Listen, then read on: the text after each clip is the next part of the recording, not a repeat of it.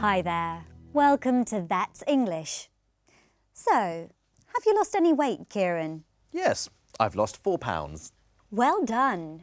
Do you know 67% of men and 57% of women are overweight or obese in the UK?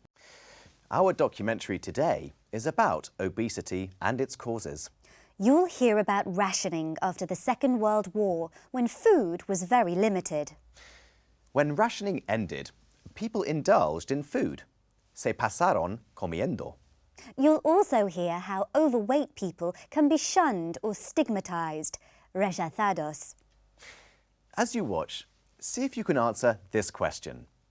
Which factors contribute to obesity? Obesity rates in the UK are the worst in Europe. More than a quarter of the population is ranked as obese, and that number is rising. According to health experts, people who are obese are more likely to develop cancer and heart disease. The World Health Organization has described Britain's obesity as a time bomb in public health. 50 years ago, the average man weighed 20 kilograms less than what he weighs today. The average woman weighed 13 kilograms less. That's like carrying the weight of a 4-year-old child or a suitcase full of clothes. The National Obesity Forum estimates that half the UK population will be obese by 2050.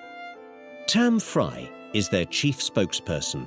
He tells us why obesity has become such a big problem.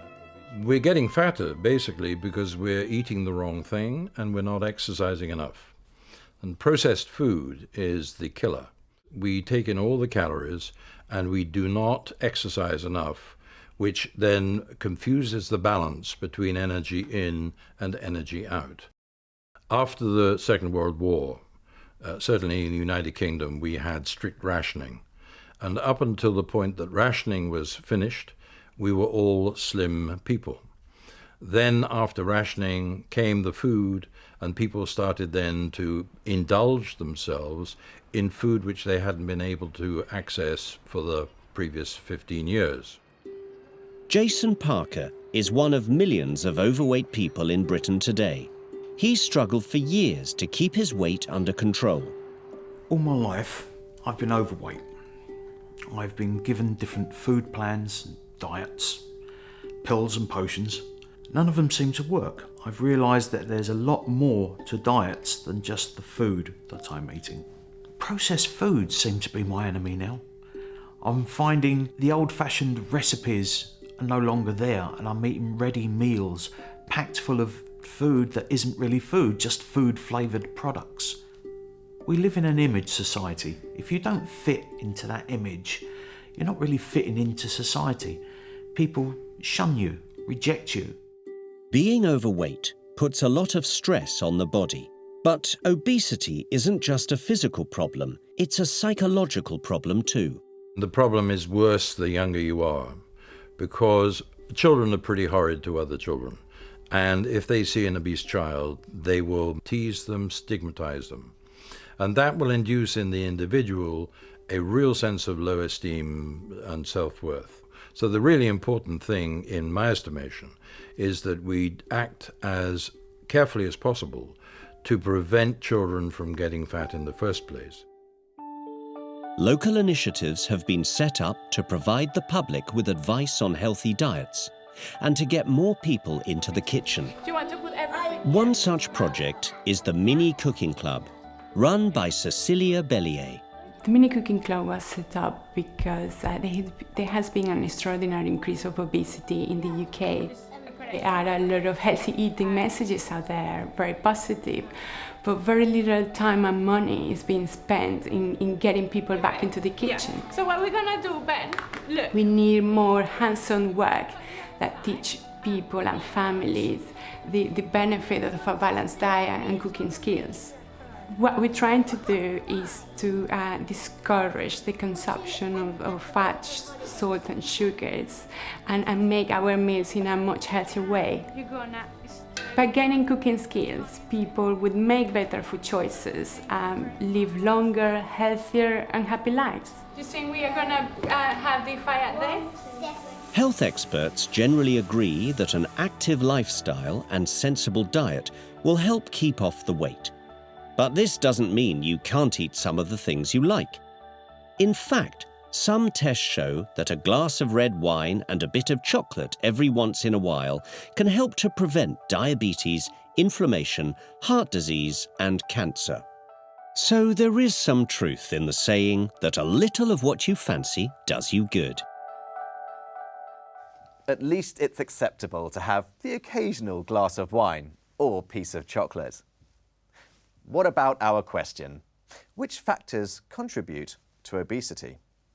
We're getting fatter, basically, because we're eating the wrong thing and we're not exercising enough. And processed food is the killer. So, eating processed food and not doing enough exercise can cause obesity. In the documentary, a man talked about living in an image society.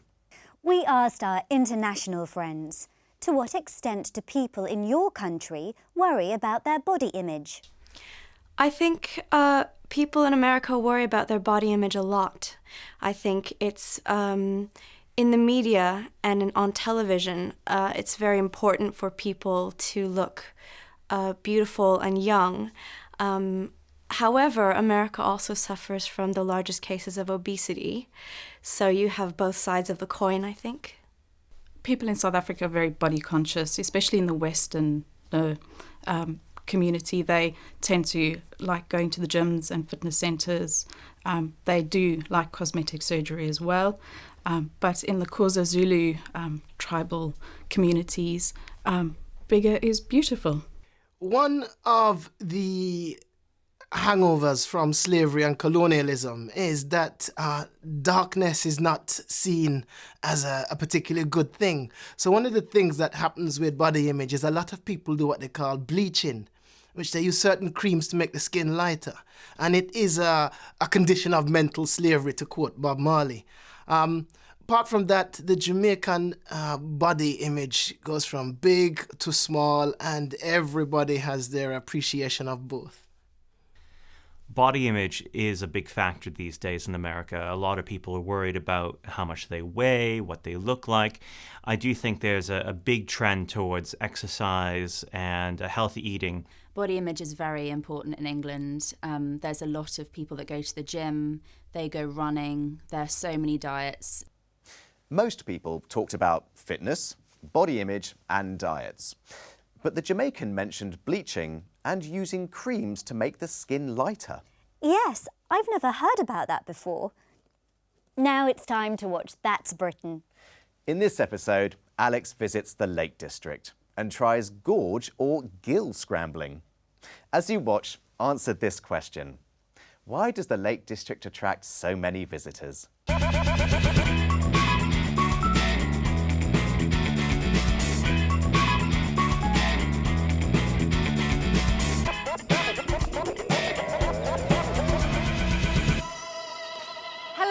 Today I'm in the Lake District, England's largest national park. The park is called The Lakes and is made up of nearly 2,300 square kilometres of rivers, mountains, gorgeous countryside and of course lakes.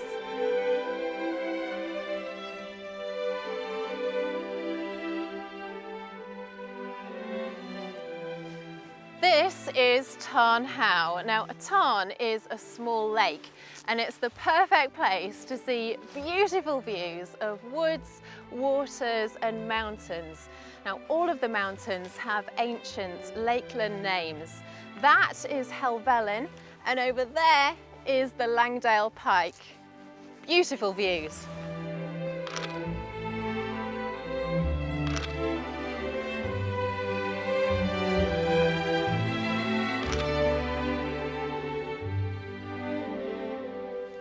The village of Grasmere is close to the centre of the lakes, and as you'll notice, as well as tourists, families and local people, there's also a lot of people walking around looking very sporty. Some, you'll notice, are in full hiking gear. The Lake District attracts around 14.8 million visitors a year, and a large number of those tourists come here to take part in all sorts of outdoor activities and sports. I'm in Sticklegill with Joe, a local mountain guide and adventurer. Joe, what is a gill? A gill is a watercourse that comes down off the mountains. It's a way of the water being drained off the top of the mountain tops, flows down the mountains into the rivers, which then get taken out up into the big lakes of the Lake District. So what sort of sporting activities and exercise can you do around here? There's everything in the Lake District. It's sort of classed as one of the adventure capitals of the UK. So we have a lot of rock climbing, especially in the Langdale Valley. We've got the gill scrambling. Anything you really can do outdoors, you can be done in the Lake District. We've got all the lakes, so we've got all the kayaking and canoeing, as well as all the hill walking and mountaineering. What kind of activity have you got planned for me today? Today we're going to do an activity called gill scrambling, sometimes called gorge scrambling. I'm excited. Okay, let's do it.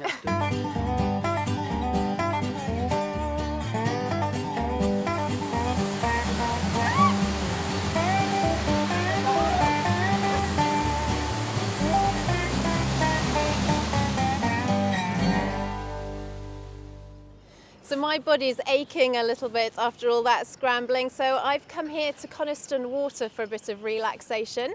And I'm with Jack, who works here at Coniston. Now Jack, can you tell me what kind of people come to visit? We get a large range of people down here.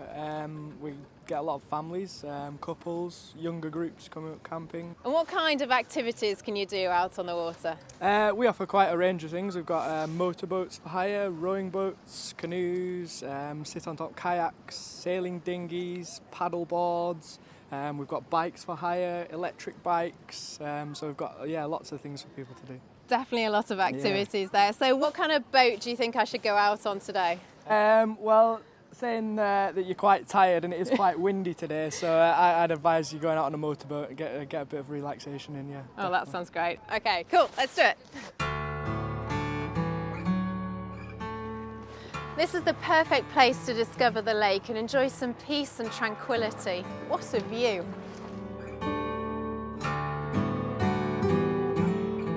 Join me again in the Lake District when I visit Delmain Mansion nearby. Bye.